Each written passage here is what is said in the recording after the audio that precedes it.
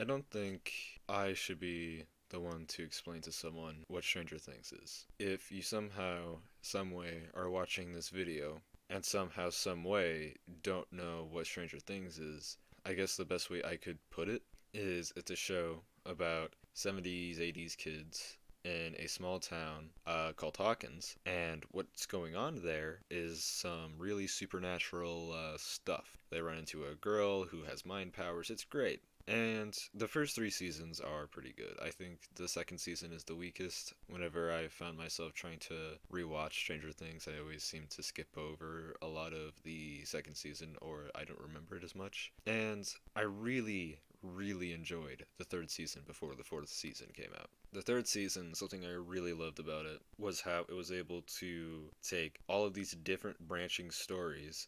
There was one thing with the Russians and Dustin, Steve, and that one little chick who I can't remember her name, but she was really annoying. They were doing their own thing with the Russians, right? Meanwhile, the rest of the smaller crew, like the rest of the kids, were on the more like supernatural side of things. And Hopper and Joyce were just Russian stuff, but a little more dangerous, big Russian stuff, I guess. And what I find so interesting about all that is there's a point in that third season where it all comes together. And everyone's looking at each other like, what do you mean supernatural stuff? What do you mean Russians? What, huh? Supernatural stuff? Those don't exist. Russians? No, you're lying. They don't exist. They're on another planet. However, one glaring issue I had with the third season was the villain. I didn't really care for the villain a whole lot. The Mind Flayer, he was cool and all, and it would be wrong to say that that villain wasn't built up over the seasons, but I never got the feeling that the Mind Flayer was the big bad, the one who controlled the Upside Down, the one who was in charge, the big daddy. I just felt like it was missing something, like it was missing some intelligence or whatever. But then rolls around season 4, and my god, was this season wild, man. It was so good. If you haven't watched Stranger Things, it's all worth it just for season 4. You could binge that and watch season 4 and just instantly know that this will be the best season. They changed the cinematography. The actors just improved all around. The jokes landed more. The everything was just so much better. The new characters they brought were amazing. Eddie, don't get me started on Eddie, bro. I'm gonna act up for real. But the great thing about season 4, in my opinion, was the villain. You can call him Vecna, you can call him One, you can call him cute, quirked up white boy, busting it down, sexual style, go to with the sauce. But he is just the best villain in all of Stranger Things, in my opinion. And I think the second best villain is quite honestly the Demogorgon in season 1.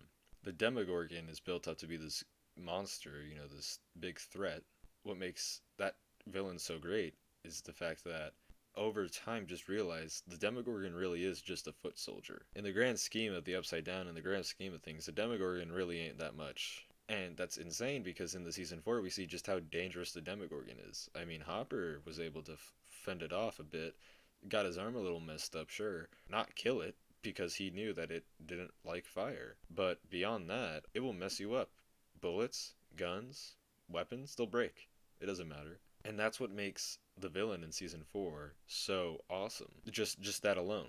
The fact that now you get this sense, this amazing sense that this is the big bad. That's what I felt the second I saw Vecna. I was like, this is the guy. This is the final boss. But what I like about Vecna so much is that sense of he's the big bad, but also his character building. Somehow, some way, even though the Mind Flayer got at least 2 whole seasons of build up, it never felt like to me that it was the big bad. Whereas Vecna, in just 1 season alone, you could argue it's just a brand new character. It felt like there was build up throughout the entire season, mainly because Vecna is the Upside Down. Vecna is connected to everything. You see a little bat in the Upside Down, man. Vecna's there. You see just those tendrils on the ground. You touch it, Vecna knows. He is connected to everything in the Upside Down, and that's what makes him feel like this final boss, this amazing, scary guy. And then it just keeps getting hyped and more hype and more hype and more hype. because you find out that all the flashbacks, all of the memories that Eleven is reliving with that one guy, you could tell at the start when he first brings up one that he is one, because he starts getting all like, oh, yeah, I knew one, I guess. And something bad happened to him, and he looks all sad and stuff, and it pans to him like, oh yeah, yeah, this is the guy, woo, yeah. But what you don't expect is that one is Vecna, or that this guy ends up being Vecna, and that's what I love so much about it. Because throughout the entirety of the show, right up until the end, I was fully expecting that this guy was just gonna die, and that's what's so amazing about it. Because you love this character, you're starting to love this character, how he's treating Elle, how he's so nice, so caring, so kind. And from the start, you think Elle killed all these kids because the show makes you instantly believe that Elle did this horrible thing. And then it just flips it on its head. The show flips you on your head by showing you that no, no, no, no, no. This guy is a psychopath. He killed all those kids, and then he was trying not to kill Elle, but then he was going to. And Elle stopped him. Elle was the hero at the end of the day, which reinforces the idea that Elle is a good person. That even through all of this horrible stuff, Elle wasn't ready to kill anyone. But something that just makes Vecna 1 so interesting is you fall in love with the character. You see him, you love him, you think he's great, you're like, oh my god, I think he dies, but I wish he's alive. And guess what? Guess what, stupid? He is alive, but he's the villain. And that is just such a interesting feeling, a feeling that I'm still processing. It's something that I haven't really ever seen any other show or movie do. Granted, I don't watch a whole lot of media, but seeing that is just such an interesting idea, such an interesting concept that I would love to see more of in shows and movies and media. But now, another thing that I really love about season 4 is how it brought back what season 3 did, with branching stories that can come together. Now, granted, this fourth season is being split into 2 volumes, 2 parts, so there are some things that haven't come together quite yet, but all of the branching stories you are invested in.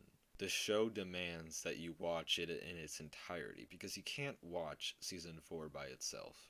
If you just watch season 4, you're going to be wondering, like, who the f is this guy? Why are they trying to save him in Russia? Like, you idiot. But if you watch the entire show, you realize, oh wait, you're the idiot, because the show demands that you know all this stuff about the show first. And that's a given. So once you watch Stranger Things in all of its entirety and watch this first half of season 4, you are going to be blown away. Something that this season does is it feels like it raises the stakes way more than any other season has. The scene where Max has been caught by Vecna is such a destroying scene, because the entire time you're thinking, wait, no, there's no way that they kill Max. There's no way. But there's always there's always that spot in the back of your head like, or will they? Because you don't know. You really don't know how it's going to end. So it hurts to see Max running. It hurts to see her being caught. It hurts to see her under the same spell that these other kids have been in, because you immediately think, oh my god, this character who I love might die. And even in the scene where Max is listening to her favorite song and when she's running, I mean, Vecna is still trying to kill her. And while she's running, I couldn't help but just feel like, oh my god, she might die. Like a building might just fall on top of her and we will just feel destroyed. The sense of suspense this season gives you is so high, and I love it. I love it so much. Now, this will be the last time, and this will be the last portion of this video, but this will be the last time that I nerd out about this season's villain, Vecna, and 1, because, god, do I love this villain. He is one of my favorite villains now. I just love him. He's not like other villains where he is trying to do something that he feels is right. Not at all. He is seemingly just a villain who is going to just mess shit up. And he might not have what he believes is a super moral, high ground idea. He just straight up wants revenge. What is so cool about this villain is that, in a way, he does have this build up throughout the entire show. Because this entire time, there's always been that lingering question of, how's 11 connected to the Upside Down? Did she create it? Why is the Upside Down so connected to 11? But it turns out, it's just because of her past. It's just because this one psychopath, this one horrible human being, he just straight up wants revenge. He couldn't kill 11, so he's going to now.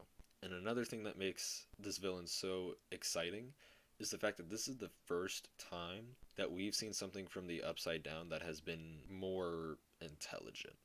The Upside Down itself is intelligent because of its hive mind. It knows when to attack, when not to, how to attack, all that stuff. But the Upside Down, we never saw anything that could form a language, and it always had that hive mind at the end of the day. So it was always just missing something there. Now we have the source of the Upside Down right here, and he can speak, and that's what's so interesting about it. He can form arguments, he can form conversations, he can make you think about what he's saying. And he is the catalyst of the Upside Down, and that's what's so cool about it. Something else I like about him, this villain feels scary. Because before, it's like, yeah, there's the Demogorgon, but we have 11. She can just kill it.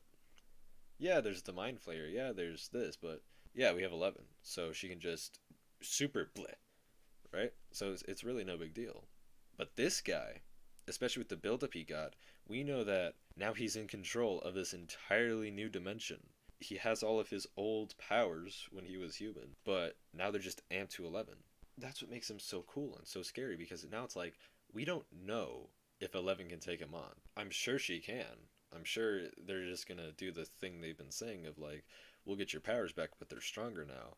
But still, you don't know now. It's like, will she actually be able to take this guy on, because she just barely squeezed out a dubski against him when he was human. Now he's way more powerful. Now he's in control of the Demogorgons, of the Upside Down. He's opening up portals where he can seemingly send whatever he wants through them. The only reason why he hasn't yet is probably because he's still preparing. But he could, at any moment, send like those bats and stuff through the portal in the motorhome, in the water, in whatever he pleases. He could do it. Anyways, this is where I'm going to stop the video.